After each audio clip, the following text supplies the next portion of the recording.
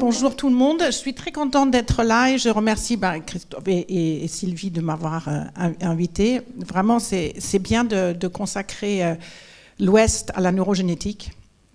Et il y a plein de trucs neurogénétiques aujourd'hui, donc je suis très contente d'être là, dans cet endroit vraiment magique, là, de ce bout du monde presque. Donc je viens de l'Est, là, la Salpêtrière, et l'Institut du cerveau, où il y a une équipe de recherche que j'anime un peu, et l'équipe clinique qui est coordonnée évidemment et là dirigée par une main de fer par Delphine. Et les paraparésies spastiques, c'est vrai que sont très hétérogènes, comme beaucoup de maladies rares comme ceci, avec 80 gènes. Ils sont définis, et c'est un peu là la difficulté, par une atteinte du premier motoneurone, mais ce n'est pas tout à fait vrai, parce que parfois on a aussi une atteinte du deuxième motoneurone. Et parfois, les patients sont encore avec une appellation... Vous voyez rien, non? C'est petit, non?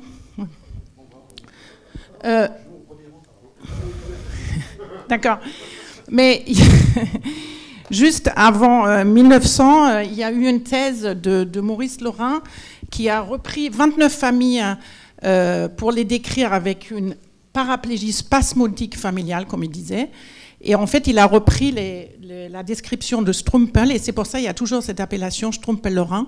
Et d'ailleurs, l'association des familles s'appelle toujours Association Strumpel-Laurin, parce qu'à l'époque où j'avais vu un monsieur qui avait la maladie et qui m'a dit « Mais qu'est-ce que je fais maintenant ?» Je dis « Faites une association. » Il m'a dit « Mais quelle maladie je mets ?» J'ai dit « Je ne sais pas, mais je crois que je trompe Laurin pour le moment. » Et c'était avant la découverte des gènes SPG, mais encore une fois, avec toutes les différentes transmissions possibles, évidemment.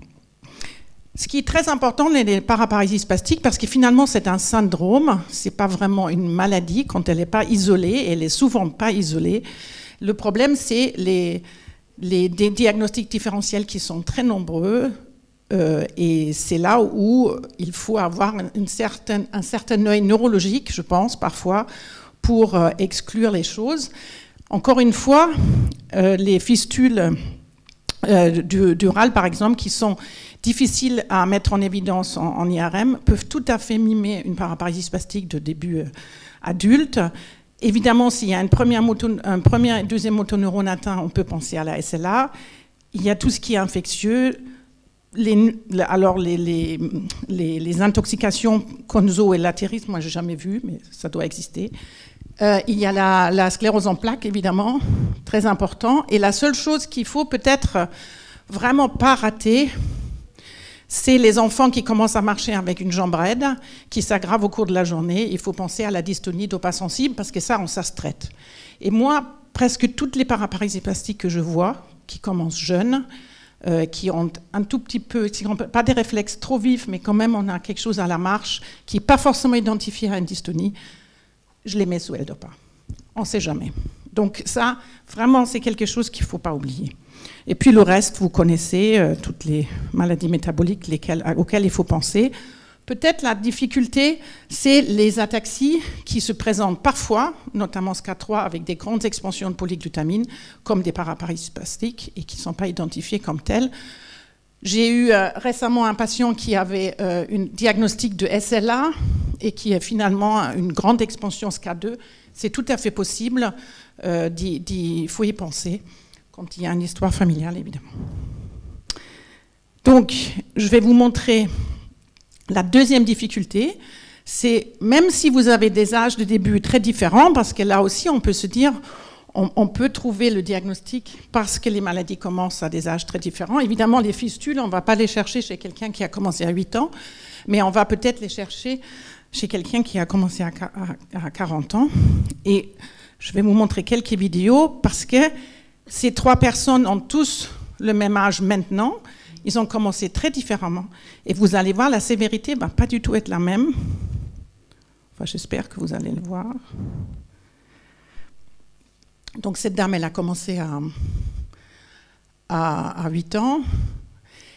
Ça fait donc plus de 30 ans que ça fait comme ça. Elle marche plutôt pas mal, un peu en recurvatum, ce qui est, quand c'est des paraparésies spastiques qui datent, ça peut se présenter comme ça.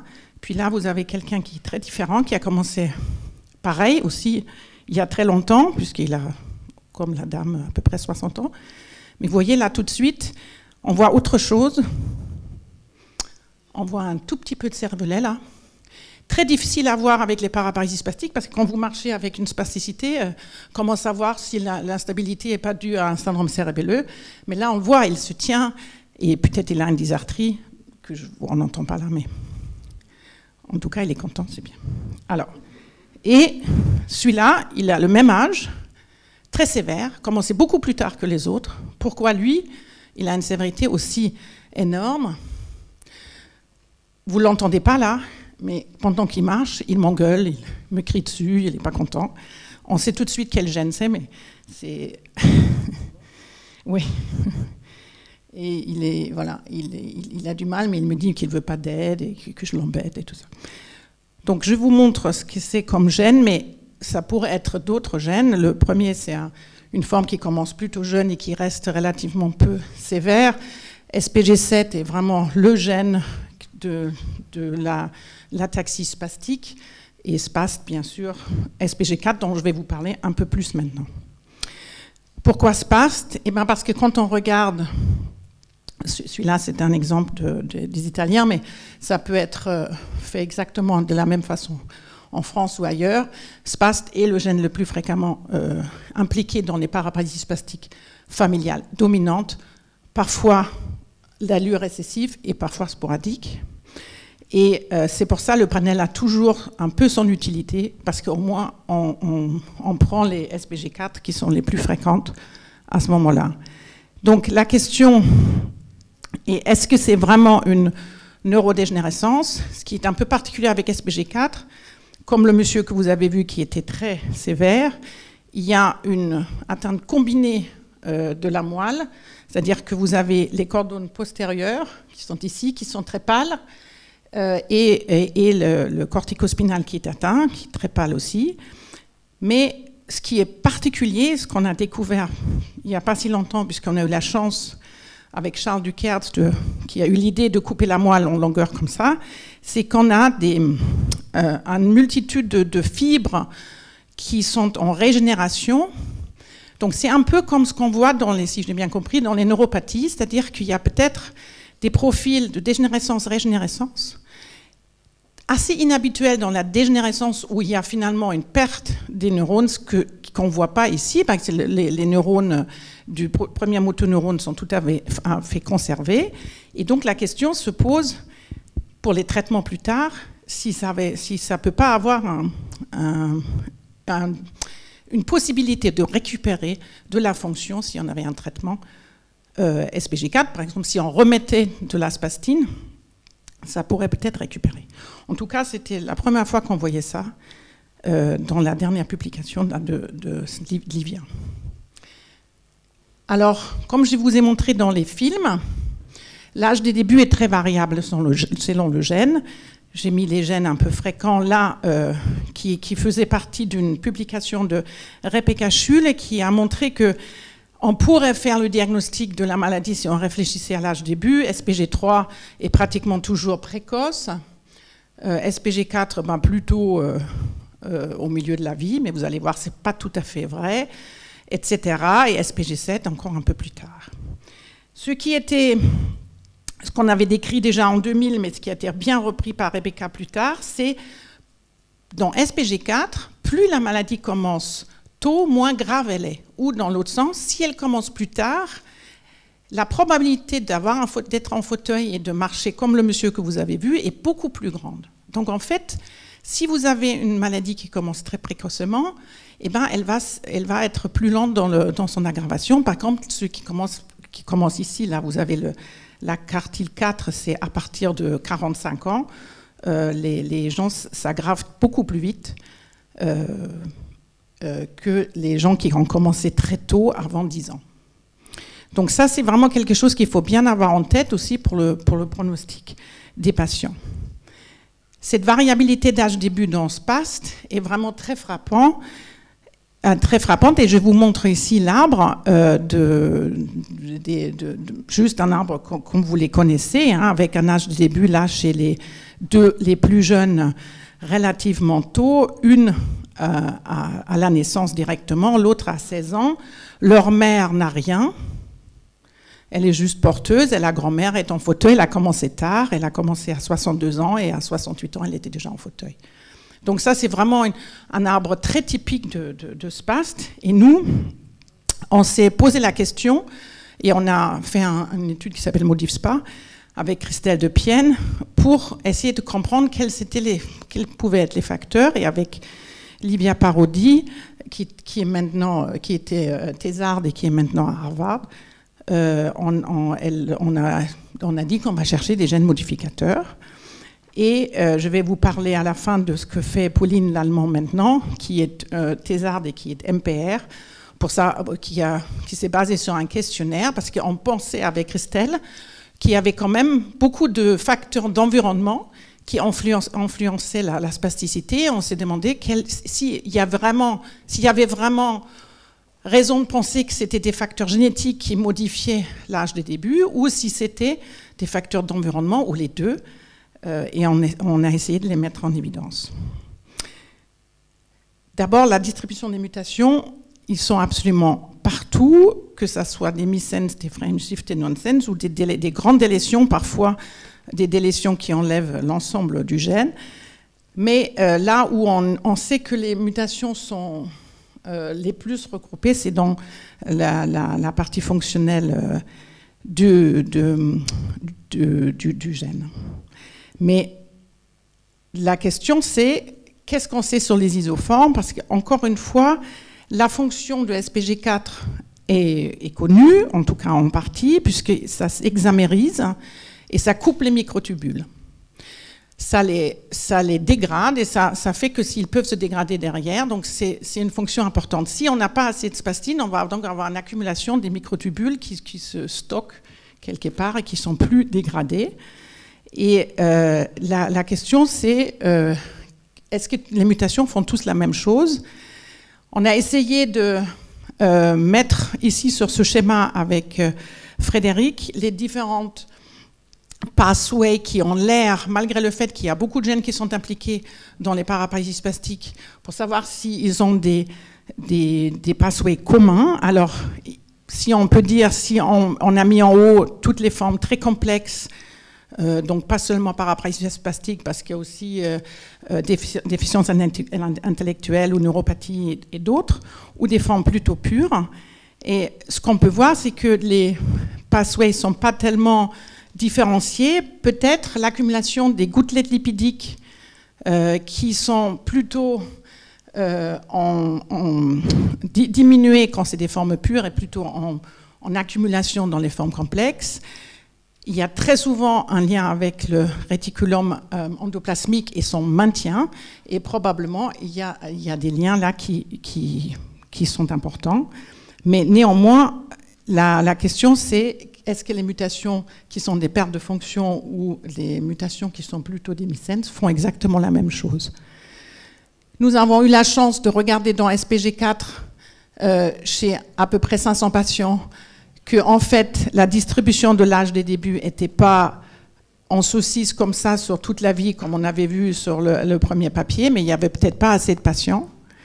Mais ici on voit très clairement qu'il y a une distribution bimodale qui a été montrée déjà par les Hollandais il y a plus longtemps, mais ça n'a pas été reproduit par les autres équipes, donc on n'était pas sûr que c'était bien vrai. Et là on voit très clairement qu'il y a des patients qui commencent avant 10 ans, il y a un pic, et puis il y a un pic après.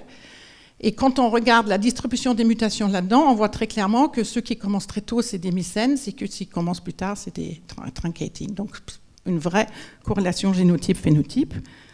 Et la deuxième chose qu'on a trouvée, c'est que la pénétrance était plus basse chez les femmes, c'est-à-dire elle était plus souvent porteuses asymptomatiques, mais quand elles étaient malades d'une façon plus sévère avec une atteinte des membres supérieurs.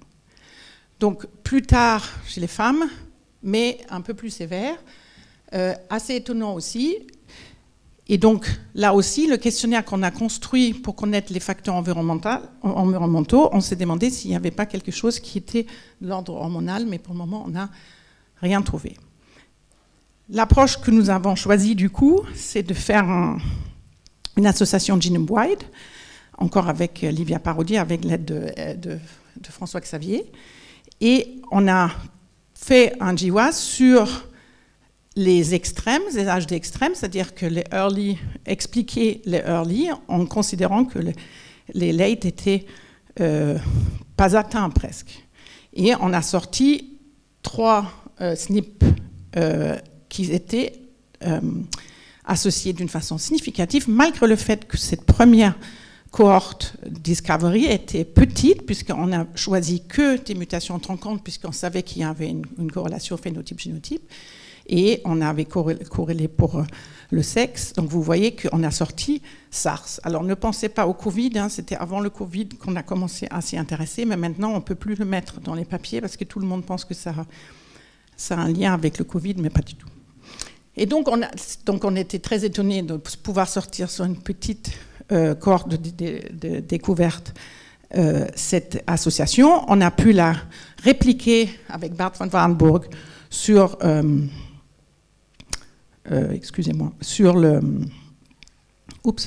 sur deux cohortes de réplication. Et on a vu que même dans les missense, si on mélangeait, on avait une association qui tenait.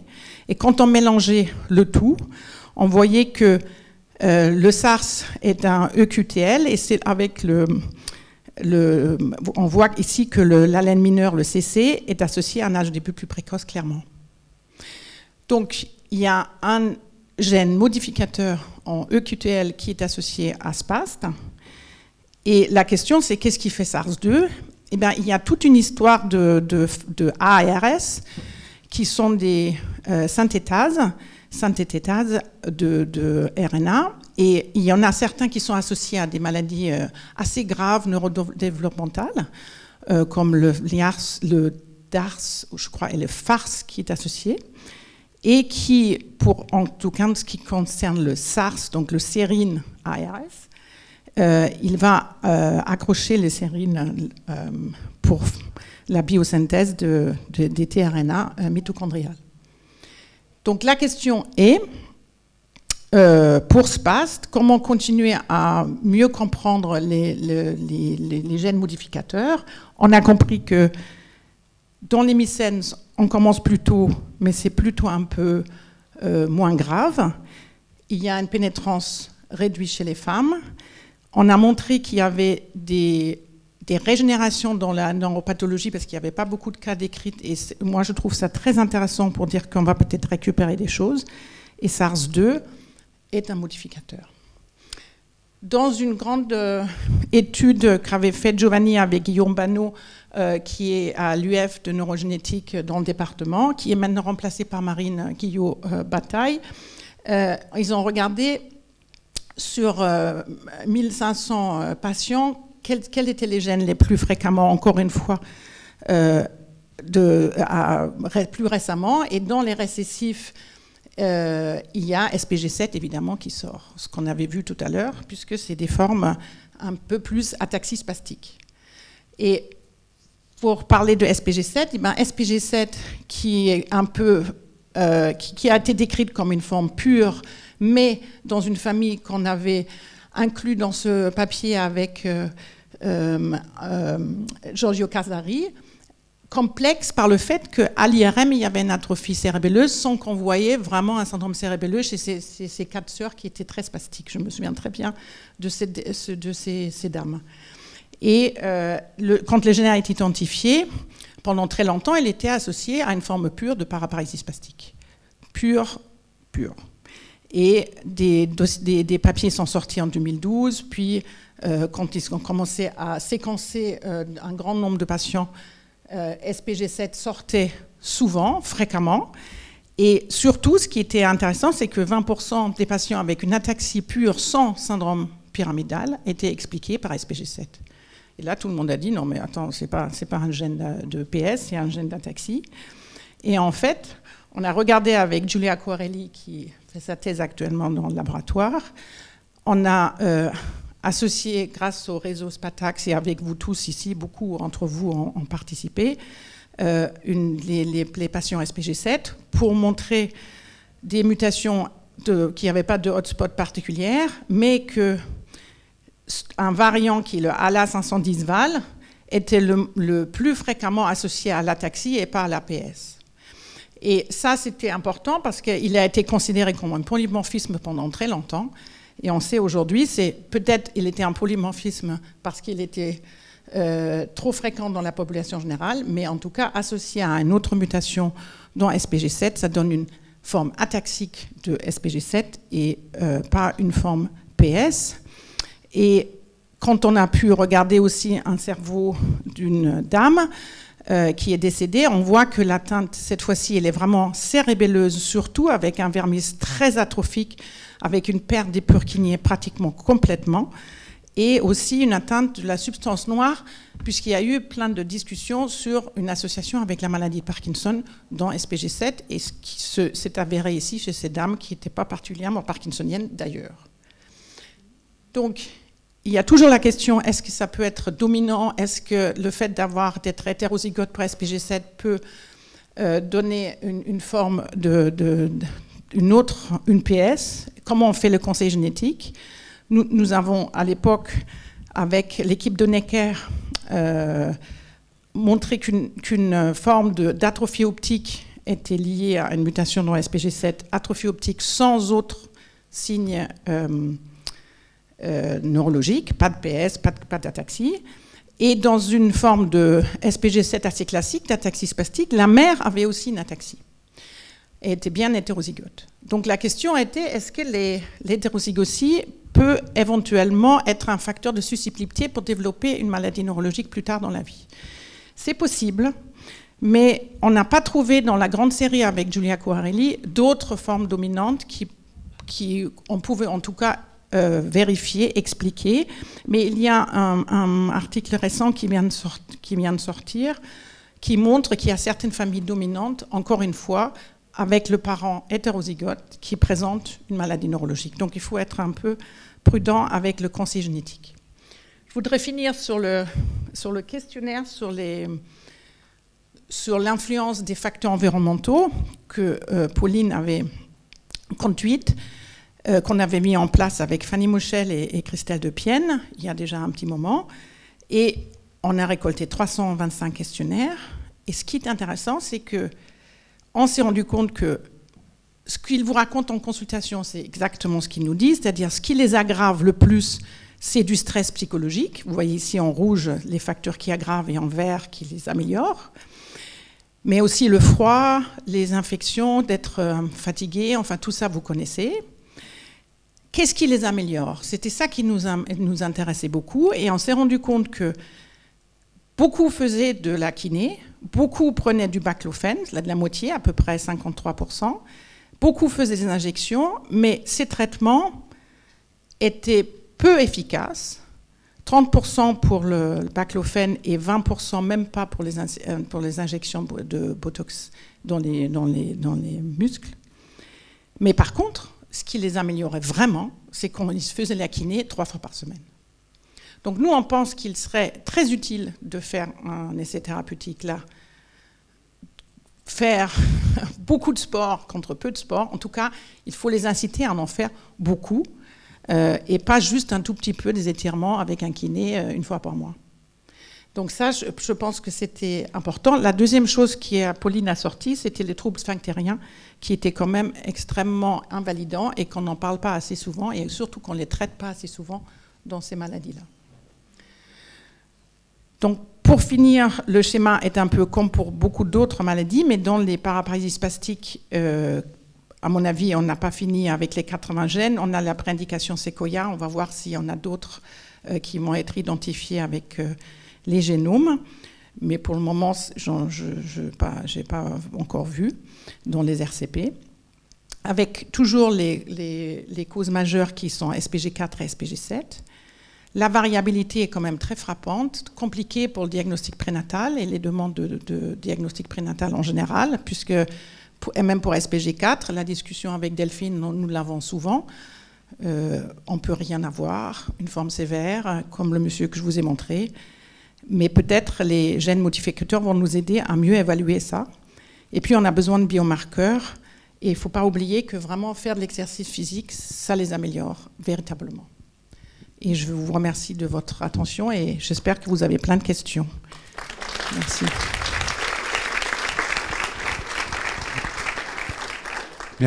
Merci beaucoup Alexandra. Il doit y avoir plein de questions effectivement. Ouais, merci Alexandra, plein de jolis rappels parce que j'ai suivi de près tous ces travaux. Il n'y avait pas un SNP interne à SPG4 qui était important en termes de il y a la S44L qui est qui est un polymorphisme qui est non pathogène et qui en trans d'ailleurs ou en 6, je crois qu'on l'a vu en 6 d'ailleurs, en 6. Mais il n'y a que quelques familles, et d'ailleurs on l'a enlevé quand on a fait le GWAS. Il y en avait 2-3 familles qui avaient le S44L et on l'a enlevé. C'est vrai que j'aurais pu le dire. Ça reste d'actualité. Il y a toujours ce truc qui est très... qui diminue presque de 20 ans l'âge de début. Hein. Donc c'est vrai. Ça, non, Annick, j'avais une question sur l'overlap avec les neuropathies périphériques. Là. Où est-ce qu'on en est des connaissances à l'heure actuelle là-dessus, puisqu'il y a quand même des familles où certains patients se présentent comme des Charcot-Marie-Tooth. Donc il y a eu quelques gènes, je crois, qui avaient été identifiés. Donc du coup, est-ce que c'est spécifique de certains gènes ou est-ce que finalement c'est banal, on peut voir dans tout type de paraplégie spastique? Non, pas dans tout type. Par exemple, dans SPG4, on peut pas, il n'y a pas de neuropathie jamais. Dans SPG3 non plus, SPG7 non plus. Enfin, il y en a vraiment où il n'y en a pas. Mais c'est vrai que les formes avec neuropathie au premier plan, j'ai quelques familles où je n'arrive pas à savoir ce que c'est comme gène. Malgré le fait qu'ils sont assez grands pour pour rechercher, on n'a pas trouvé. Donc, il y en a où c'est parfois qui rentrent même par ceux qui voient les neuropathies. Et après, on se dit, tiens, si on tapait les réflexes, si on peut vivre, peut-être c'est une PS associée. Si, il y en a, bien sûr. Qui est PS et un patient qui est neuropathie. Oui, comme pour la SPG7, un patient qui est très cérébelleux et l'autre qui est vraiment PS. Mais bon, ça, la variabilité intrafamiliale, elle est énorme. Sylvie, oui. Merci Alexandra.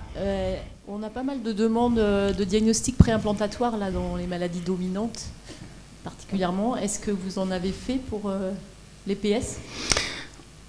Ce lundi, on a discuté d'une demande. C'est relativement rare.